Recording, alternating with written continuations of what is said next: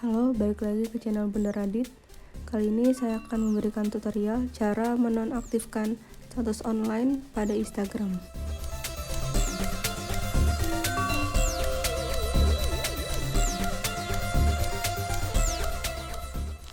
Cara pertama, klik pada pojok kanan atas.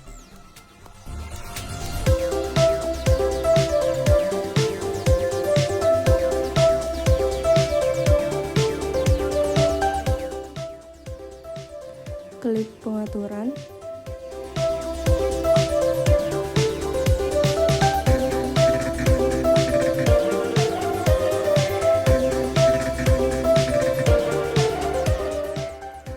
Klik privasi.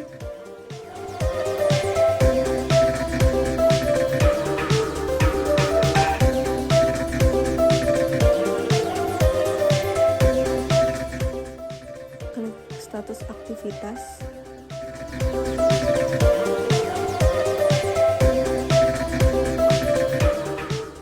Lalu tombol yang biru itu digeser ke kiri untuk di-off-kan status aktivitasnya.